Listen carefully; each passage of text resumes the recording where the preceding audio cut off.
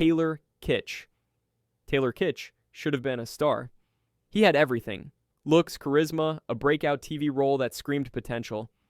Friday Night Lights made him the guy everyone thought was next, the one destined to lead franchises. Then came John Carter, a $250 million gamble that tanked harder than anyone expected, not because he was bad, but because the movie was dead before it even started. Marketing chaos, studio panic, a misfire dressed as destiny. Battleship followed. $220 million budget. Another disaster. Hollywood doesn't forgive twice in 12 months. In another universe, those two movies explode at the box office. Taylor Kitsch becomes the face of a generation. But that universe isn't this one. He didn't lose talent. He lost timing. 1 year took him from rising lead to whatever happened to that guy territory. Now, he's rebuilding quietly. Solid performances, no spotlight. But the magic window closed. And in Hollywood, once it closes, it almost never reopens. Taylor Kitsch didn't fail. The system did. He just happened to be standing in the blast radius. Josh Hartnett. Josh Hartnett didn't disappear. He walked away. Early 2000s. Pearl Harbor, Black Hawk Down, 40 Days and 40 Nights. The studios lined up, the headlines crowned him Hollywood's next golden boy. He had it, that untouchable mix of charm and mystery. Then came the offers. Spider-Man. Batman Begins. Superman Returns. He said no to all of them, not out of arrogance, out of fear. He didn't want to be owned by a franchise. He wanted control, authenticity, freedom. But Hollywood doesn't like that word freedom. While others built empires off capes and comic books, Hartnett drifted into the indie shadows. Small films, quiet performances, art over audiences, noble choices that cost him everything mainstream. He could have been a household name. Instead, he became a ghost. Sometimes success isn't lost, it's declined. Josh Hartnett didn't burn out. He just refused to light the match. Lindsay Lohan wasn't supposed to fade. She was supposed to reign. By 18, she'd already done what most actors spend lifetimes chasing. Mean Girls, Freaky Friday, Herbie, fully loaded. She was Hollywood's golden child, a blend of charisma and chaos that felt electric on screen. Every studio wanted her. Every tabloid followed her. She wasn't acting anymore. She was orbiting fame itself. But fame has gravity, and gravity always wins. The late night parties, the DUIs, the mugshots, the whispers of unreliable, difficult, done. The headlines became her career, and the career became a punchline. Hollywood doesn't pause to let you fix yourself. It just moves on without you. By the time she tried to come back, her name carried more scandal than star power, and yet there's still something magnetic about her. Even at her worst, she feels like a movie star. That's the cruel part. The screen loved her more than the world ever did. In another timeline, Lindsay Lohan wins Oscars. She ages into her generation's Julia Roberts. She becomes legendary. But in this one, she became a warning. Talent can launch you into orbit. Discipline keeps you there. Lohan had talent, not discipline, and Hollywood never forgets which. Shia LaBeouf. Shia LaBeouf didn't rise, he erupted. From Disney kid to global box office magnet, Transformers, Indiana Jones, Fury. He had the kind of intensity you can't fake, the kind that turns cameras into confession booths. Every role looked like therapy, every line like an outburst waiting to happen. For a while, it worked. He wasn't just famous, he was alive on screen. The industry called him unpredictable. You couldn't look away. Then came the spiral.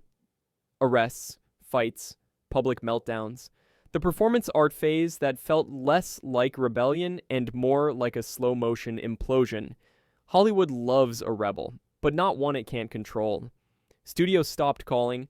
The kid who once carried billion-dollar franchises became a liability with a camera. Shia LaBeouf is the embodiment of self-destruction in 4K. Too raw for comfort, too unstable for the system. Hollywood wanted a star. Shia gave them a mirror, and they couldn't stand the reflection. Armie Hammer. Armie Hammer looked like Hollywood royalty. Square jaw, perfect smile, that old-school movie star presence. When he played the Winklevoss twins in The Social Network, it felt like a prophecy. The next leading man had arrived. Two of him, actually. Then Call Me By Your Name happened. Critical acclaim, Oscar buzz. For a moment, everything aligned. The looks, the talent, the timing, the kind of momentum that turns good careers into golden ones. And then everything imploded. The scandals hit like a wrecking ball. Allegations, headlines, cancellations. Within months, the industry that once chased him couldn't drop him fast enough. Studios erased his name, agents disappeared. His roles were quietly recast. Armie Hammer didn't fade, he was erased. He went from the next Brad Pitt to where is he now? Almost overnight. In Hollywood, image is currency, and once it's tainted, no amount of talent can clean it. A career built on perfection, undone by revelation, the kind of ending even Hollywood wouldn't dare to script.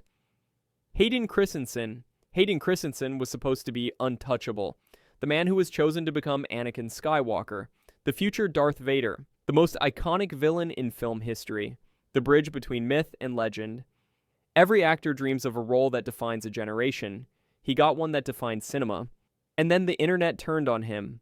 The dialogue, the delivery, the awkwardness. Fans ripped him apart before he could even grow into the part. Nobody cared that the script was stiff or the direction robotic. He became the scapegoat for everything wrong with Star Wars. Hayden didn't crash because he was bad. He crashed because he was visible. Every flaw magnified. Fame without mercy. After Revenge of the Sith, he vanished.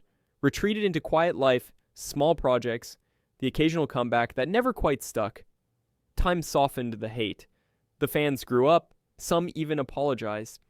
But in Hollywood, nostalgia doesn't rebuild what cynicism destroyed. He returned years later for Obi-Wan Kenobi. The cheers were loud. The redemption arc is complete. But Hayden Christensen was never the villain. He just played one too early in a world that wasn't ready to forgive. By the time they were, the moment had passed. Taylor Lautner. Taylor Lautner was a phenomenon. When Twilight hit, he wasn't just Jacob Black, he was the poster boy of teenage obsession, shirtless scenes, magazine covers, screaming crowds. Overnight, he became a global fantasy, the kind of fame that burns white-hot and fast. But fame built on hysteria has an expiration date, and when the vampire craze died, so did the spotlight. He tried Abduction, Tracers, a few action flicks that never landed. Each one felt like Hollywood testing him, asking, "Can you exist without the abs?"